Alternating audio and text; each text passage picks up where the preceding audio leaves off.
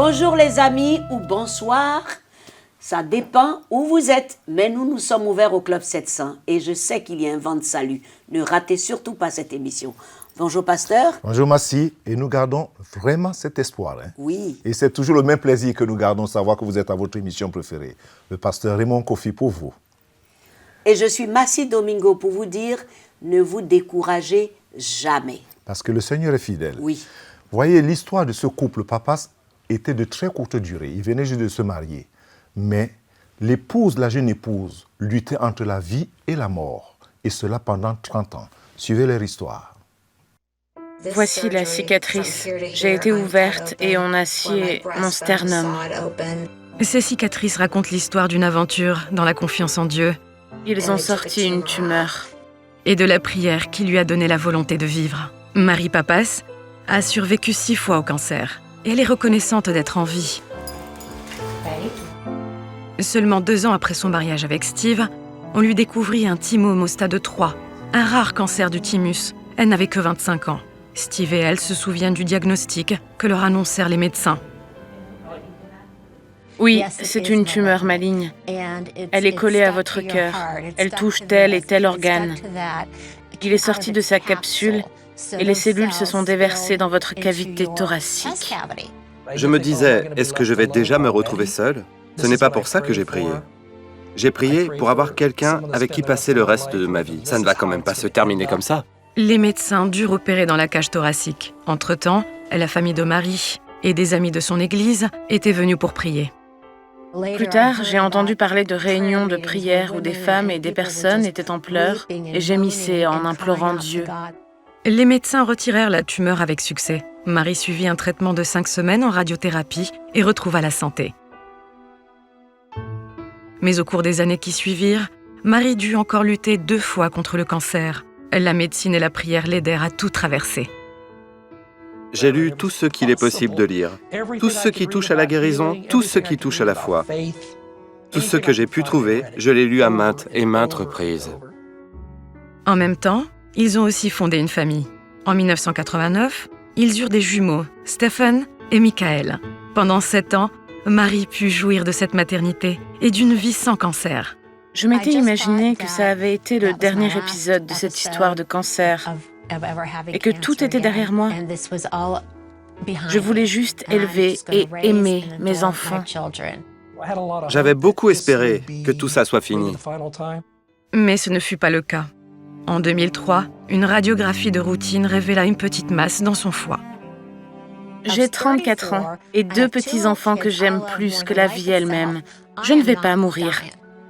Marie fut admise au centre de traitement du cancer de foie de l'université de Pittsburgh. Le docteur James Marsh y était chirurgien en chef. Quand il l'ouvrit, il découvrit qu'une prothèse de sa chirurgie antérieure s'était attachée à son foie. Enlever ce qui était atteint par le cancer en soi n'était pas si difficile. Mais détacher le foie de ce matériel prothétique a été un désastre et un cauchemar. En cours d'opération, son foie s'est déchiré. En fin de compte, nous avons dû retirer beaucoup plus de son foie que nous l'avions initialement prévu. Les médecins avaient retiré le cancer, mais après l'opération, Marie commença à faire des crises. Les médecins la plongèrent dans un coma artificiel. Son état empira et elle fut mise sous respirateur. On lui a fait des scanners, plusieurs ponctions lombaires. Des neurologues l'ont observée ainsi que tous nos spécialistes, mais nous ne trouvions pas ce qui n'allait pas chez elle. Marie resta 2 semaines dans le coma. Stephen et Michael étaient adolescents quand ils virent leur mère à l'hôpital. Elle avait un tube d'alimentation et beaucoup de fils attachés à elle. C'était presque choquant. Je n'avais jamais vu ça. Je me souviens de mon retour dans la salle d'attente. Il y avait des amis, la famille et des gens qui nous soutenaient. Beaucoup avaient les larmes aux yeux et d'autres penchaient la tête. Steve la visita chaque jour. Lors d'une de ces visites, le médecin lui annonça que c'était peut-être la fin. Il m'a dit « Je pense que vous ne devriez pas partir ce soir. » D'accord, je vais rester. J'ai compris à cause de sa voix et de son approche ce qu'il voulait dire et... Excusez-moi. Comment allais-je le dire à mes enfants? Leur église organisa une réunion de prière spéciale. Le pasteur David Thomas, du Victory Christian Center de Youngstown, dans l'Ohio, se leva pour Marie. Les gens imposèrent leurs mains sur moi. Et un rugissement intense s'éleva vers les cieux. Nous proclamions et décrétions la vie. 2 semaines plus tard, Marie se réveilla. Mon chirurgien est entré en coup de vent et s'est écrié « La résurrection !» parce que j'avais été sous appareil de maintien de vie. J'avais l'impression de vivre l'histoire de Lazare, qui sort de son tombeau, Ressuscité des morts. et de le voir sortir. Elle s'est tournée vers moi et a dit « Loué soit Dieu ». Oui, loué soit Dieu. Marie commença la réhabilitation pour réapprendre à marcher. Après plusieurs mois, elle put rentrer chez elle avec sa famille. Nous étions ensemble. Dieu venait de nous sortir d'un moment phénoménal qui a laissé une empreinte dans nos cœurs. Marie gagna 2 autres fois la bataille contre le cancer, en 2008 et en 2009. Depuis, elle n'en a plus eu. Marie est une patiente incroyable. Je pense que sa foi et son courage constituent la chose la plus remarquable chez elle. Oui, je considère son rétablissement comme miraculeux. Marie aide à présent d'autres patients à lutter contre le cancer. Elle a écrit un livre sur son parcours et sa guérison et partage son témoignage lors de conférences pour femmes. Avec sa famille, elle sait que la prière et la foi en Dieu sont les clés permettant de surmonter tout obstacle de la vie. Cela nous a appris à mieux connaître le caractère de Dieu. Toute cette histoire est un miracle. Je crois et je sais que Dieu va intervenir dans votre situation. Il se fera connaître et se rendra lui-même si réel que vous saurez avec certitude qu'il contrôle toutes choses. Le couple Pappas rêvait d'un heureux mariage, d'une vie paisible, pleine de joie, une union bénie. Au lieu de cela, beaucoup de douleur. Est-ce à Dieu la faute? Non. La Bible dit « Les bénédictions de Dieu ne sont suivies d'aucun chagrin ». Mais c'est l'ennemi de nos âmes qui envoie quelquefois des persécutions pour rendre misérable la vie des enfants de Dieu. Mais gloire soit à Jésus-Christ, car en toutes choses, nous sommes plus que vainqueurs. Et Marie a été vainqueur de ce cancer, parce qu'elle est allée de cancer en cancer. C'était difficile, mais en même temps de cancer en cancer, de victoire en victoire, jusqu'à la guérison totale, grâce à l'œuvre de la croix de Jésus-Christ. Car ce que Jésus a fait, ce combat-là était déjà gagné depuis plus de 2000 ans. Et vous aussi qui regardez, vous avez gagné votre combat. Même si quelque chose vient empoisonner votre vie, ne prenez plus le risque d'être sans sauveur. Ne prenez plus ce risque-là d'être sans Seigneur, d'être sans sauveur, d'être avec un cœur vide de Jésus. Non, mais acceptez ce Jésus-là. Et c'est très simple. Vous qui me suivez, dites tout simplement, Jésus-Christ, tu as payé le prix pour ma guérison. Tu as payé le prix pour mon salut. Je t'accepte comme mon Seigneur et mon Sauveur personnel. À partir d'aujourd'hui, je t'appartiens. Et je voudrais dire à tous ceux qui souffrent en ce moment, recevez votre guérison au nom de Jésus-Christ. Parce que par ces meurtrissures, vous êtes guéris. Pas que vous serez, mais vous l'êtes. Prenez cette guérison, c'est une promesse certaine. Et c'est une promesse pour vous tous qui avez déjà accepté Jésus comme Seigneur et Sauveur. Alors, réclamez cette guérison, elle est la vôtre, et vivez cette guérison, et vivez la vie en abondance que Dieu vous a donnée. Et ne laissez personne vous ravir de sa main, ni ravir ce qu'il vous a déjà donné. Mes amis, le salut est réel. Jésus, il est vivant. Soyez bénis au nom de Jésus. Merci Massi, très riche et très encourageant. Amen. Pour vous, n'est-ce pas? Ne nous quittez pas. À tout de suite.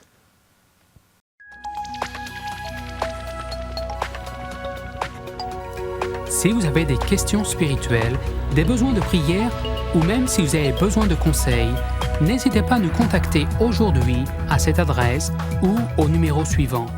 Nos conseillers sont là pour vous aider. N'oubliez pas, Nous sommes là pour vous.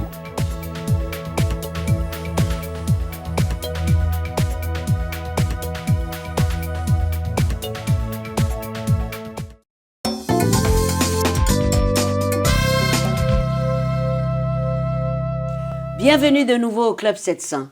Vous savez, avoir un petit copain, comme on le dit un peu partout, c'est bien beau. Mais quand ce petit copain devient très violent jusqu'à vouloir vous étrangler un jour et que votre vie est en danger, ça fait réfléchir. Regardez l'histoire de Karen.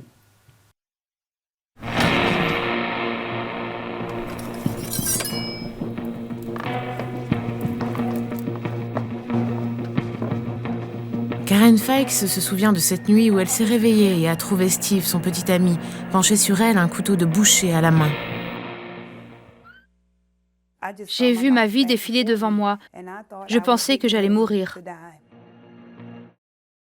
Quelques années plus tôt, la relation entre Steve et Karen avait pourtant débuté bien différemment. C'est sa sœur qui les avait présentés, et pendant 1 année et demie, Steve l'avait comblée d'attention et d'affection. Il était mon beau chevalier dans son armure brillante, et il me couvrait de cadeaux, et il me disait des mots d'encouragement. C'était presque trop beau pour être vrai. Mais après 18 mois, Karen découvrit le côté obscur de Steve. Il était devenu extrêmement possessif et voulait tout contrôler. Son comportement violent ne fit qu'empirer jusqu'à ce qu'il prenne l'habitude de la frapper. Il agissait comme si j'étais sa chose. Il s'imaginait qu'il pouvait me contrôler, au point que si je ne faisais pas ce qu'il voulait que je fasse, ou si je ne pensais pas comme il voulait que je pense, ou si je ne disais pas ce qu'il voulait que je dise, il se mettait en colère. Karen fut encore plus horrifiée lorsqu'elle apprit que Steve était dealer. Elle tenta de le quitter à plusieurs reprises. Chaque fois, il la retrouvait et menaçait de la tuer si elle recommençait. Il pensait qu'il avait le droit de lever la main sur moi. Il n'hésitait pas à me menacer avec une arme à feu ou un couteau, s'il l'estimait nécessaire. Il me disait aussi que je ne pourrais jamais lui échapper, que peu importe où j'irais, il me retrouverait. Alors je restais parce que j'avais peur. J'avais tellement peur de lui. J'étais littéralement piégée dans cette relation. Je n'avais pas le courage, je n'avais pas la force de me lever et de m'en aller. Après chaque crise, Steve lui demandait pardon et promettait de changer.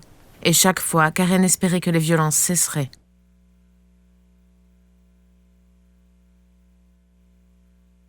Mais la nuit où elle s'éveilla et qu'elle trouva son petit ami penché sur elle, un couteau de boucher à la main, elle comprit que la violence ne s'arrêterait qu'avec sa propre mort. J'ai compris que je devais me battre pour rester en vie. Autrement, il me tuerait. La lutte cessa finalement et Steve la quitta en rage. Karen savait que ce n'était qu'une question de temps avant qu'il ne revienne pour, sans doute, la tuer. Elle appela à l'aide. J'ai dit, « Oh Dieu, s'il te plaît, si tu ne m'aides pas à sortir de cette relation, on me retrouvera morte. J'ai besoin que tu m'aides. J'ai besoin que tu m'aides à sortir de cette relation. » Le lendemain, Steve l'appela d'une prison. Il était accusé du meurtre d'un individu. Par la suite, il fut condamné à 20 ans de prison. Quand j'ai appris qu'il avait été arrêté pour meurtre, j'ai compris que c'est moi qui l'aurais pu tuer. C'est moi qui l'aurais pu tuer. Karen se rendit à l'église. Lorsque le pasteur demanda si quelqu'un voulait accepter Jésus-Christ et être baptisé, Karen sut que c'était pour elle. Je suis sortie de l'eau en louant Dieu littéralement. Je louais Dieu. Alléluia, merci Jésus. Je me sentais libre, j'avais le sentiment que désormais j'allais vivre. Après tout ce que j'avais traversé, avec toutes les probabilités contre moi depuis le début de ma vie, vous savez, c'est quelque chose. Mais là, j'allais pouvoir vivre. Aujourd'hui, Karen est mariée à un homme aimant et elle est la mère de 3 enfants. Elle a aussi un message à partager. Tout le monde peut avoir une nouvelle vie en Jésus-Christ. Il vous fera ressentir l'espoir. Il vous aidera à savoir que vous pouvez y arriver, que vous pouvez aller de l'avant. Il l'a fait pour moi. J'en suis le témoin vivant. Il vous relèvera et il changera votre vie. Karen a raison de dire qu'elle se sentait enfin libre de vivre différemment. C'était un sentiment très profond Oui. de quelqu'un qui était esclave d'un choix qu'elle avait fait elle-même et qui, plus tard, le choix est devenu, comme on dit souvent, un os qui dans la gorge. Et une épine. Une épine aussi. Elle ne savait pas quoi faire. Gloire à Dieu. Merci Seigneur, parce qu'il y a toujours cette solution qu'on trouve dans le Seigneur. Ce n'est que dans le Seigneur qu'on trouve cette solution. C'est ce que tout le monde ne comprend pas. Et Massi, il faut le dire à ceux qui nous suivent en ce moment. Oui. Certainement, il y a des centaines de femmes qui souffrent comme ça dans le monde, maltraitées, battues. Se laissant faire. Voilà. Et elles ne trouvent pas quoi faire. Le Seigneur Jésus est là. Jésus est là. Vraiment, lorsque vous regardez l'histoire de Karen, vous devez vous dire Jésus est là, n'est-ce pas? Et c'est la seule solution. Ne nous quittez pas tout de suite.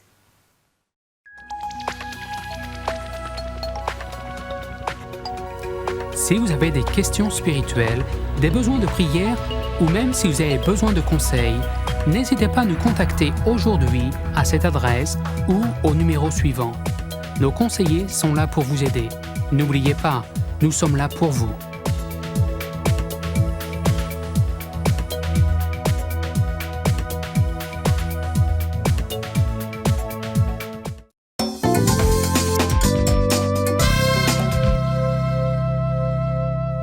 Bienvenue de nouveau au Club 700. Vous savez, dans le Nouveau Testament comme dans l'Ancien Testament, la volonté de Dieu pour l'homme n'est pas la maladie, mais la santé et la guérison. Car il ne veut pas la mort, mais la vie. D'autant plus qu'en ces temps de l'économie de la grâce, car en Jésus-Christ, nous vivons les temps de l'économie de la grâce. Alléluia. Dieu continue à faire grâce aux hommes qui sont aussi prêts à reconnaître leurs conditions de pécheurs et veulent vraiment changer. Mais nous avons accepté quelque chose de moins, vraiment de moins, que ce que Dieu a pourvu pour nous en son Fils Jésus-Christ. Car en lui, Dieu nous a donné la vie en abondance. Et cette vie inclut le pardon de tous nos péchés et nous ouvre aussi la voie à la guérison de notre âme et celle de notre corps physique. C'est pourquoi, dans les temps déjà, lorsque Dieu s'est révélé aux enfants d'Israël, après leur sortie de l'esclavage en Égypte, il s'est fait connaître à eux en se présentant sous le nom de Jéhovah Rapha, qui signifie l'Éternel qui te guérit. Pourquoi cette appellation? Il montrait qu'il est amour. Oui, Dieu est amour. Il ne veut pas que nous mourons avant la plénitude de nos jours. Il veut que les hommes et femmes et enfants soient différents, saints d'esprit et de corps. Je voudrais prier parce qu'on a tellement parlé de souffrance dans ces émissions. Massi et moi, nous allons prier pour vous.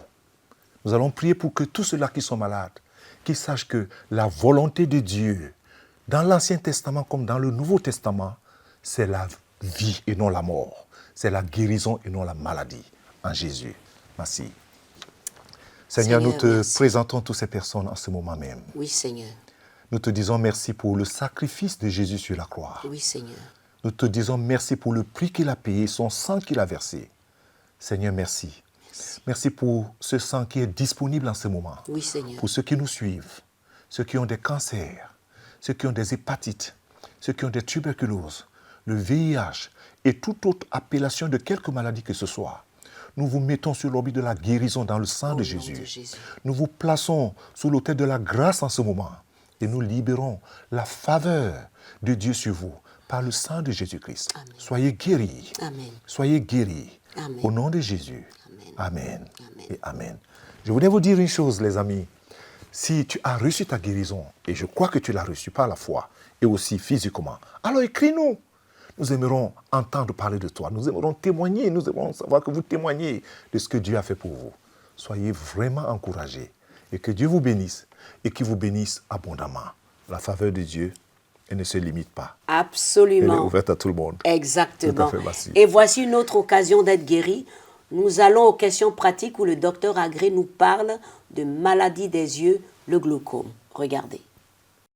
Bonjour docteur Agré. Bonjour Massi. Aujourd'hui, nous allons parler d'une maladie grave aussi, le glaucome. Le glaucome, c'est une maladie grave. Grave en ce sens que c'est la deuxième cause de cécité dans le monde. Mais la particularité, c'est que le glaucome, c'est une cécité irréversible. Et donc, l'accent dans cette émission sera mis sur la prévention. Oui. Ce qu'il faut savoir, c'est que le glaucome, c'est une maladie du nerf optique. Et de façon simple, on peut définir le glaucome comme une atteinte du nerf optique. Dans notre jargon, on dit une neuropathie qui fait que le nerf optique perd ses fibres petit à petit et à la longue, la personne devient aveugle parce que l'information ne parvient pas au cerveau. Le glaucome commence à attaquer ce qu'on appelle le champ visuel. Lorsque les fibres sont perdues, le champ de la personne se réduit. Le champ visuel, c'est lorsque vous regardez tout droit, toute la surface que vous pouvez voir, c'est défini comme le champ visuel. Oui. Et malheureusement, la maladie commence à partir de la périphérie. Et comme nous avons 2 yeux, le déficit de l'œil droit est comblé par l'œil gauche. Et donc, la personne ne se rend pas compte aussi facilement. C'est pourquoi il est conseillé de pouvoir faire l'examen de fond d'œil dans l'examen de santé des routines. Malheureusement, en Afrique, dans les pays sous-développés, l'examen de santé ne fait pas partie de nos quotidiens, mais c'est important. L'autre information, que c'est une maladie, c'est un traitement à vie, comme le diabète et la tension artérielle. C'est-à-dire que quand vous avez le glaucome, oui, vous prenez vos médicaments, vos gouttes à vie, ou on vous fait la chirurgie, mais en tout cas, vous devez régulièrement vous faire suivre par votre ophtalmologue, même si vous ne l'aimez pas. Il faudrait que vous passiez le voir régulièrement. Oui. Selon la situation, oui, ça va peut-être être une consultation par mois, par an, ou une consultation tous les 2 mois ou tous les 3 mois, mais selon la situation. Donc, c'est important que les patients le sachent. Et le glaucome ne fait pas mal chez l'Africain. Et donc, les gens pensent que, bon, je ne suis pas malade. Pourquoi je vais prendre les médicaments? Pourquoi vous dites chez l'Africain? Chez l'Africain, parce que l'Africain a un type de glaucome qu'on appelle le glaucome primitif à angle ouvert. Et donc, ça ne fait pas mal. Ça dit qu'il n'y a pas de douleur, mais les destructions sont là. Et dès que la personne se rend compte et qu'elle vient à l'hôpital, c'est déjà trop tard. Oh. Et malheureusement, tous les jours, nous rencontrons des patients qui nous viennent au stade très avancé. Il est important que les patients sachent que c'est une maladie à vie. Et donc, ils doivent se faire suivre. Et le but du traitement ou de la chirurgie, c'est pour éviter que la personne devienne aveugle. Mais ce qui est perdu, on ne peut plus récupérer. Merci beaucoup, docteur. Merci. Merci. J'aime bien ce que le docteur Agré a dit. Hein, c'est un spécialiste. Et le glaucome, c'est très, très dangereux. Si c'est pris tard. Oui, ce que je voulais dire pour moi-même, c'est que j'ai appris, parce que les explications que j'ai toujours eues sur le glaucome, c'est un peu abstrait. Mais là, lorsqu'un spécialiste parle, tu te rends compte que tu ne connaissais pas. Il faut vérifier. Il faut vérifier et faire vite. Mes amis, quel bonheur de voir en même temps 2 bons désirs ou vœux ou souhaits accomplis. La petite Masai Mariamou du Kenya a vu cela se réaliser avec la grâce de Opération Bénédiction. Regardez. À 6 ans, la petite Mariamou et son frère devaient chaque jour marcher 20 km juste pour aller chercher de l'eau pour leur famille. Cela leur prenait si longtemps qu'ils ne pouvaient pas aller à l'école. Leur mère aurait bien voulu qu'ils fassent des études, mais d'un autre côté, on ne peut pas vivre sans eau. L'éducation peut donner un meilleur futur à nos enfants, mais il n'y avait aucune école près de chez nous. La plus proche était à 2 heures de marche.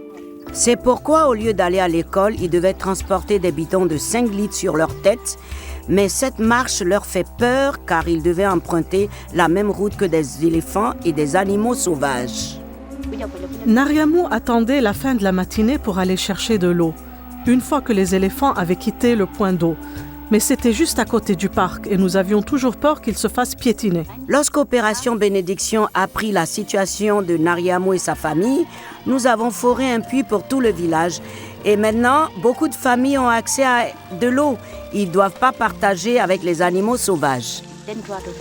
Mes parents rêvaient d'avoir un puits dans notre village. À présent, leur rêve s'est finalement réalisé. Nous voulions aussi que les enfants d'ici aient la chance d'étudier. Nous avons construit une école à quelques minutes seulement de douzaines de familles Maasai. Nariamou se lève tôt chaque matin. Elle est la première à l'école. Elle est une brillante élève.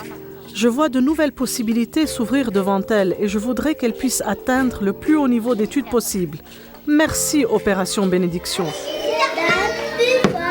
C'est ce que nous avions toujours espéré. Vraiment encourageant, n'est-ce pas, les amis? Non seulement la petite a eu de l'eau potable, l'expression du bien-être, mais aussi l'école. Surtout l'école. Surtout l'école. Alors, Opération Bénédiction porte bien son nom. Vraiment, vraiment. La bénédiction de Dieu à travers tout le monde. Vous pouvez rejoindre les rangs. Hein? Oui, oui. C'est-à-dire que c'est une invitation à se joindre dans ces rangs et aussi être partenaire. Oui, il ne faut pas rester là à voir, oh, c'est bien ce qu'ils font. Mais qu'est-ce que vous faites, vous? Si vous ne vous... On peut dire, cliquez juste sur la case « Donner ». Voilà. Et puis on devient partenaire. Et puis c'est vrai, on devient partenaire. La joie de savoir que je participe à quelque chose. Oui, et vous rendez la oui. vie de quelqu'un digne, merci. Meilleur. Voilà. Meilleur. Merci. Prêt, pasteur? Prêt? Oui, pourquoi? Voici nos questions-réponses. Il ne faut pas oublier cela. Okay. Alors, on dit, Dieu voit nos cœurs. Il voit nos cœurs. Il voit toujours nos cœurs. Mais en même temps, on nous demande de prier pour avoir ce qu'on désire. Pourquoi? Oui, c'est la question qu'on entend tout le temps. Oui. Alors, comme Dieu connaît toutes choses, pourquoi est-ce que je dois prier? Pourquoi je dois lui demander? Toujours lui demander, toujours prier. Il y a une expression qui est très facile et une réponse qui aussi est très facile, mais à laquelle il faut réfléchir. D'accord, réfléchis alors. Voilà.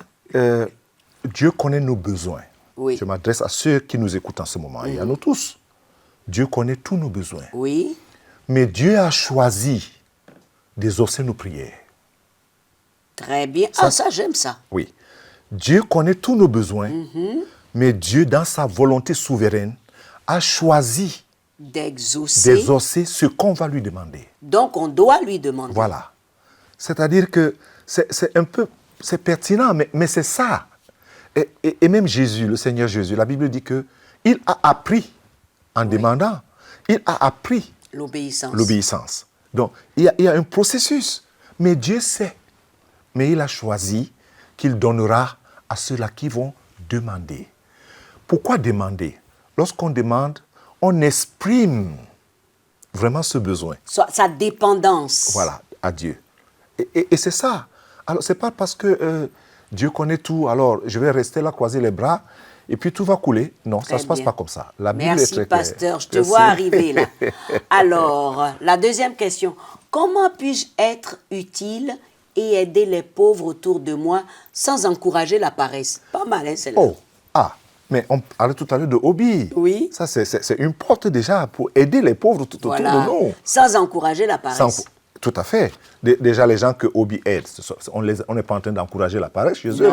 Ces personnes sont vraiment dans le besoin. Oui. Donc, on peut participer à une œuvre comme ce que Opération Bénédiction fait, et puis bien d'autres choses encore, et contribuer à la joie et à l'harmonie, au bien-être. L'épanouissement De quelqu'un d'autre ou d'autres personnes, d'un groupe, le petit village, et ainsi de suite. Donc, il y a tous les moyens, Dieu a disposé et toutes les occasions sont devant nous. Oui. Et là, on n'encourage pas la paresse. Tout à fait. Merci pour la précision. Hein, merci, pasteur. Cette émission est terminée. C'est court, hein? C'est court. Ça passe vite, hein? Mais on ne ferme pas les clubs définitivement parce qu'il y a le site, mes amis. Vous pouvez nous visiter sur le site. Vous pouvez aller sur le club700.tv. Vous pouvez aller sur Facebook. Vous pouvez nous écrire, envoyer encore vos questions bien pertinentes pour mon ami le pasteur. Je vous dis au revoir et à très très bientôt. Que Dieu vous bénisse. Cher pasteur, j'aime beaucoup ta chemise. Merci, avec beaucoup de plaisir. Oui. Hein? Nous aussi, on vous aime. Que Dieu vous bénisse. Au revoir.